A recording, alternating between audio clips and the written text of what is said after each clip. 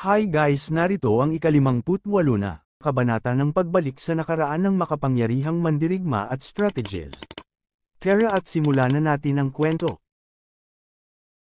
Naniniwala akong pamilyar ka rin dito, Patriarch Sikong. Hindi ito nakakalason. Ibinato ito ng ating bida papunta sa Patriarch. Sinalo ito ng Patriarch. Ito ay Tianfang grass. Ang Tianfang grass ay hindi tumutubo rito, pero nakita ko ito sa mga herbalism manual ng aming mga ninuno. Tumingin ang Patriarch sa ating bida. Tinitingnan ng kutis ng mahal na Patriarch, ang katawan ni Patriarch Sikong ay malapit nang maubos ang lakas.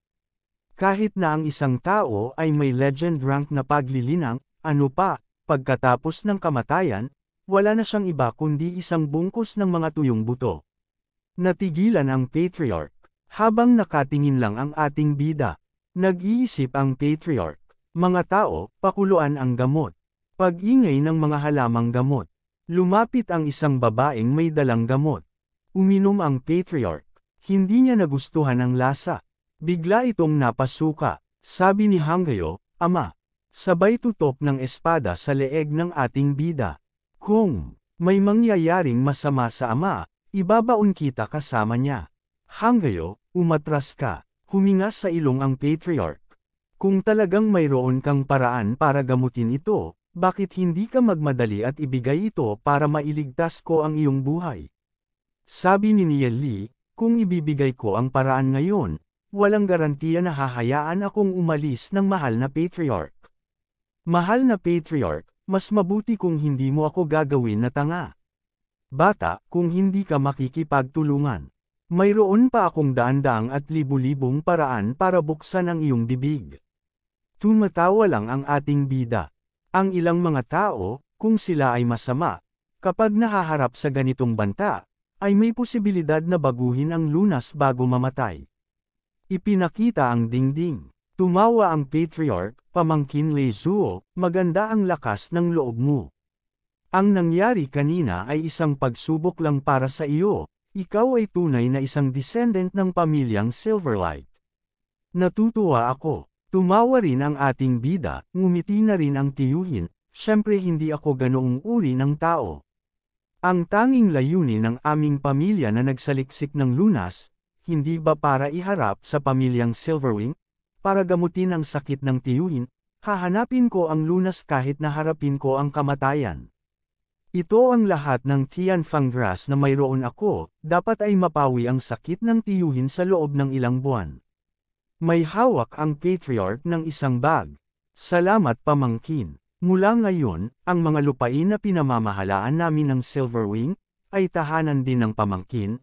Saan ka man pumunta hindi kami makikialam. Kung may kailangan ang pamangkin, huwag kang mag-atubiling magtanong. Salamat tiyuhin. Sa isip niya, ang Tianfang grass ay walang lason, magiging adik ka dito. Sabi ng Patriarch, mga tao, maghanda ng isang piging, isang marangyang piging para sa aking magandang pamangkin na si Lei Zuo. Sa isip niya, si Ninger at ang iba ay naghihintay pa rin sa akin, kung matagal ako, baka hanapin nila ako at baka makasalubong sila ng gulo. Mahal na Patriarch, kailangan kong bumaba sa mga burol dahil naghihintay pa ang aking mga kaibigan sa paanan. Oh, mga kaibigan. Ang mga kaibigan ng pamangkin ay aking mga kaibigan. Magpapadala ako ng isang tao para samahan sila. Payagan mo akong kunin sila, para lang kung sakaling makasagupa ang aking mga kaibigan sa mga gwardya. Tama lang, hayaan mong samahan ka ni Hanggayo. Sa isip ng Patriarch, batay sa antas ni Hanggayo, dapat niyang mapigilan ng lubusan si Lei Zuo na silver rank pa rin. Habang naglalaro ang mga loko, dumating na ang ating bida. Wow! Sa wakas ay nakabalik ka, pagkatapos maghintay ng matagal, halos hanapin ka na namin.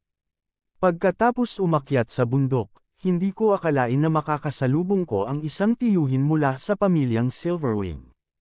Ang iyong wika at ang aming wika ay halos magkapareho. Bago ang panahon ng kadiliman, ang pamilyang Silverwing at ang aming pamilyang Silverlight ay matagal nang magkaibigan. Sa isip ni Duzi, pamilyang Silverlight. Kailan ba niya binago ang kanyang apelyido, itinatago niya ang kanyang pagkakakilanlan. Nagtinginan sina Duzi at Ninger. Habang nakatingin lang sina Wei Nan at Jun. Nakikinig lang si Ming, ganun din si Xiao Zhu. Nakatingin lang si Hang Gayo, at nag-o-obserba. Itong si Lu Piao, nakakita na naman ng Diyosa, napansin ito ni Ming. Sa isip ni Nia Li, na-expose ba tayo? Sabi ni Lu Piao, sino ba itong ate? Ang ganda niya, hindi masama. Sabay lingon ni Xiao Zhu. Nay na si Hang Gayo, pigilin mo ang sarili mo, siya ay kapareho natin. Hehe, pasensya na, nakalimutan ko ang aking asal. Ate, ano ang pangalan mo? Boom, sapol sa mukha si Lu Piao.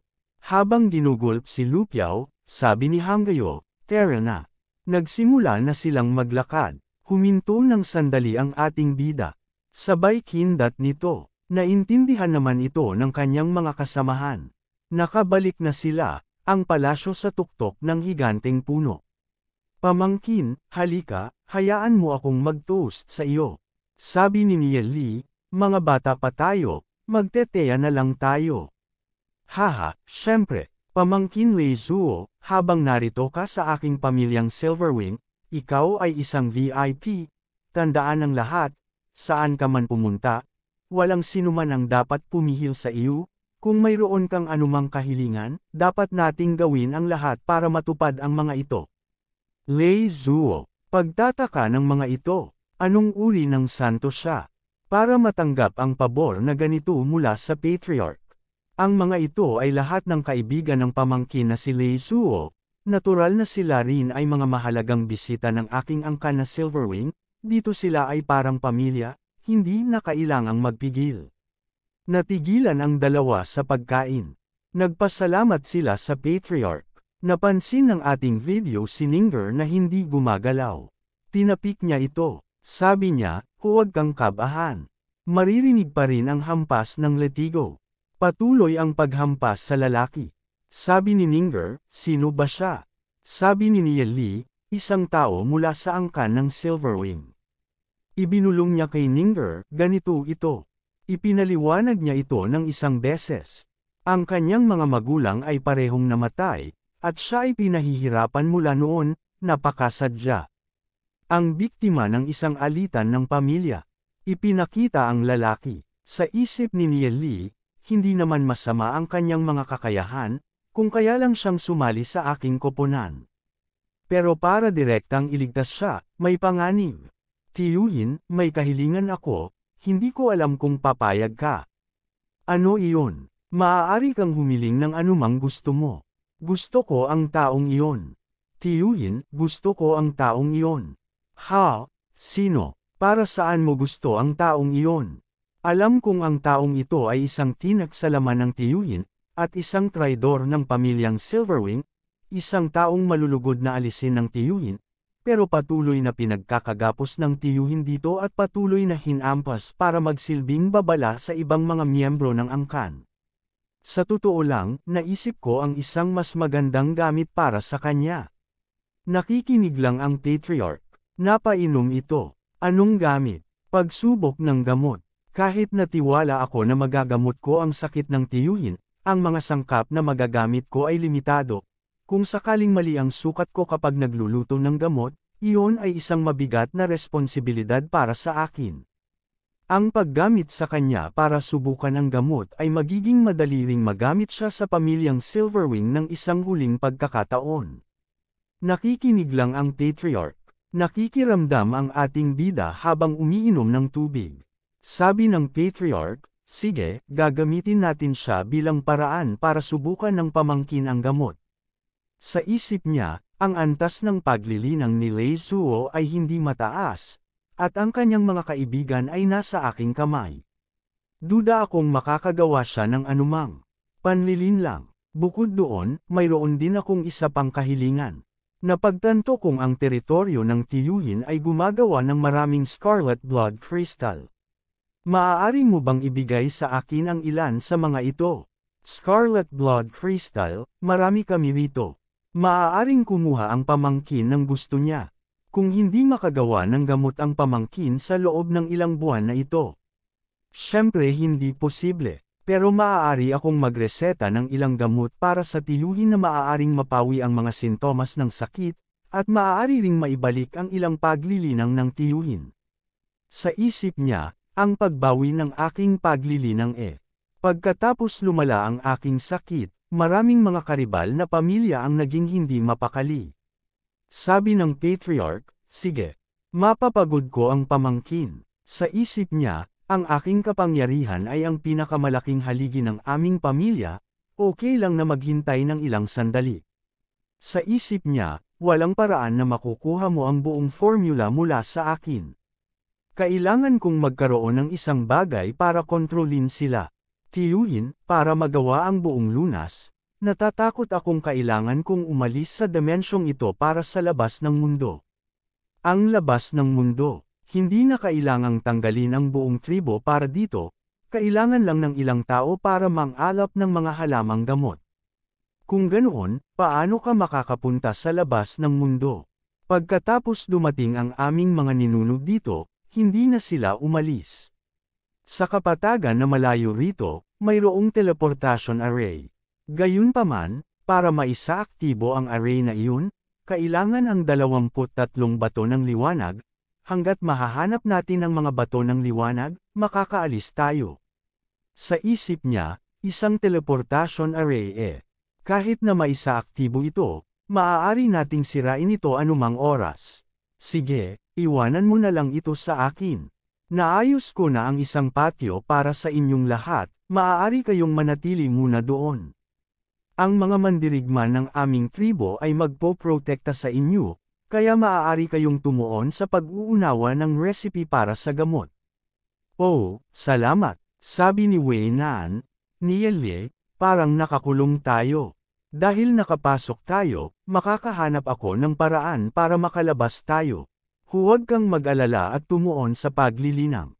Bukod dito, marami tayong mga eksperto na poprotekta sa atin.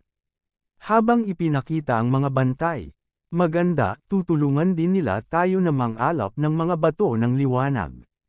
May mga panganib sa lahat ng dako dito. Dapat walang sino man ang mag-aksaya ng oras sa pagiging gold rank.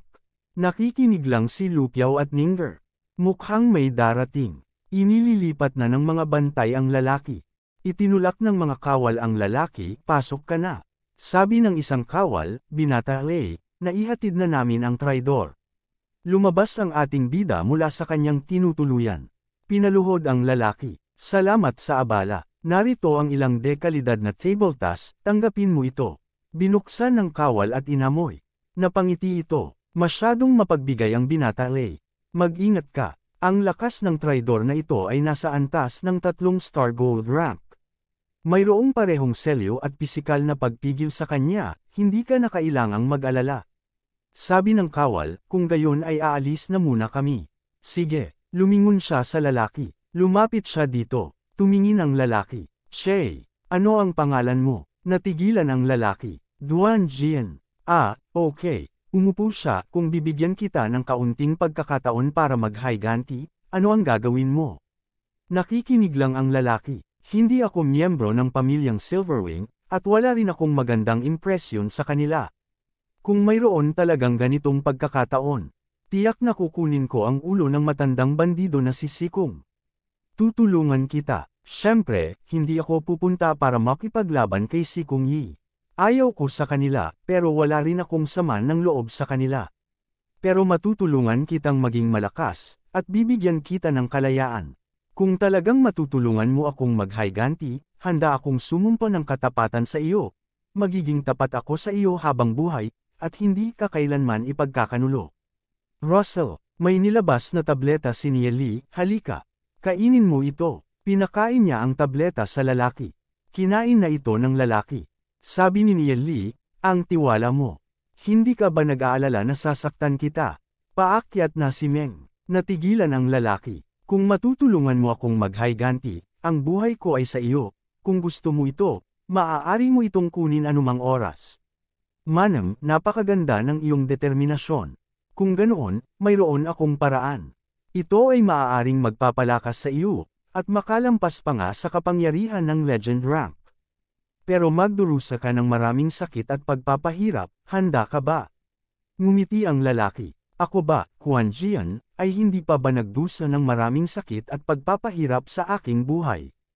Hindi ako mamamatay, magiging mas malakas lang ako. May nilabas na mga karayom ang ating bida. Sabi niya, sa loob ng iyong katawan ay ang bloodline ng Black Dragon, maaari kong gisingin ang bloodline ng Black Dragon sa loob mo.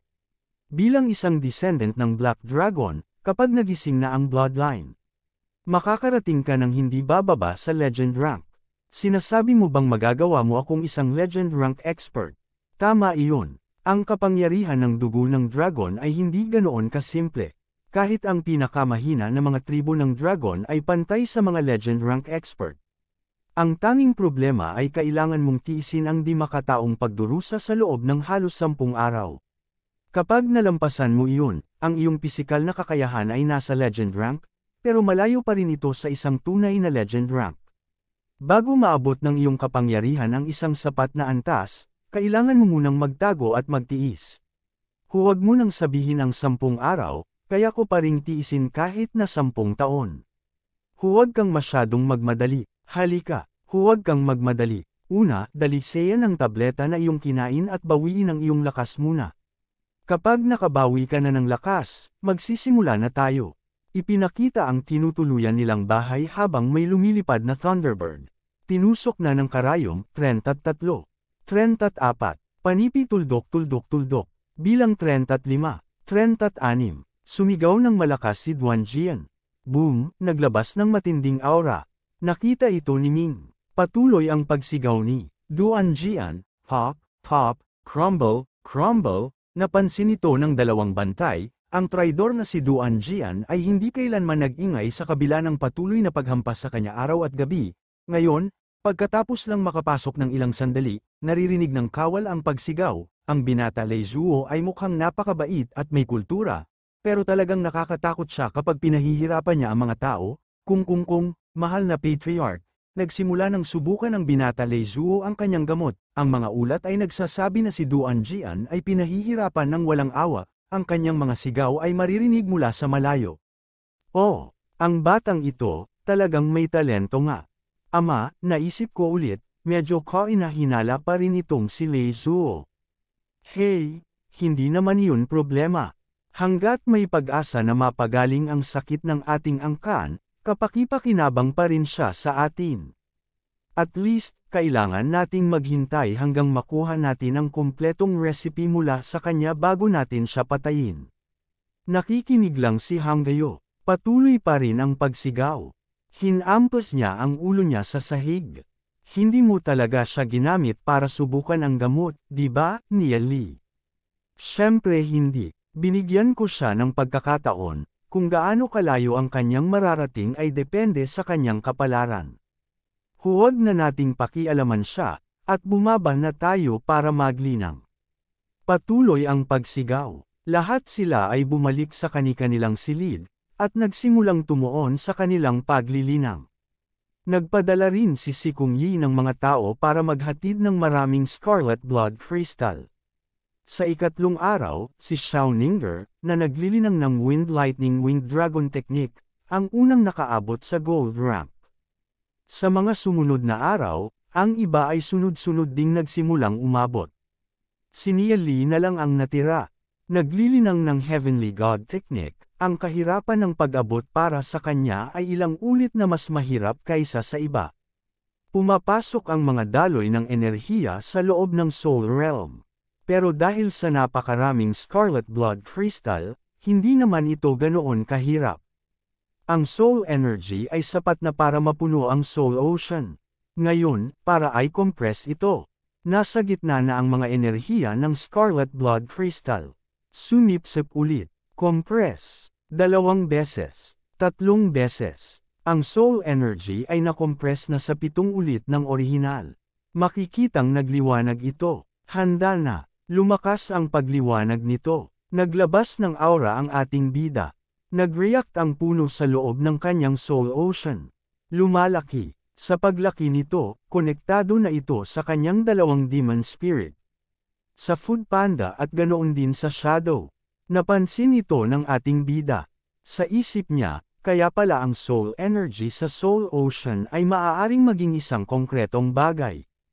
Mukhang ang aking pag-unawa sa soul energy ay hindi pa sapat, ngayon ay aayusin ko ang aking soul energy at panatilihin ito sa silver rank, para maiwasan na magkaroon ng anumang ideya si Sikong Yi.